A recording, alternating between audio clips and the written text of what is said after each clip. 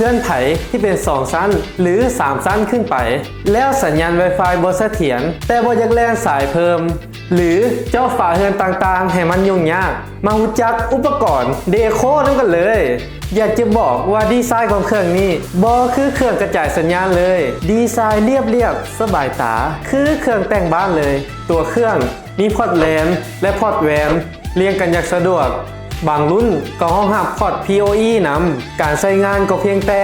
เอาเครื่องลักเสียบต่อใส่โมเด็มลักส่วนเครื่อง2และเครื่อง3เอาไปตั้งเสียบไฟในจุดที่ต้องการ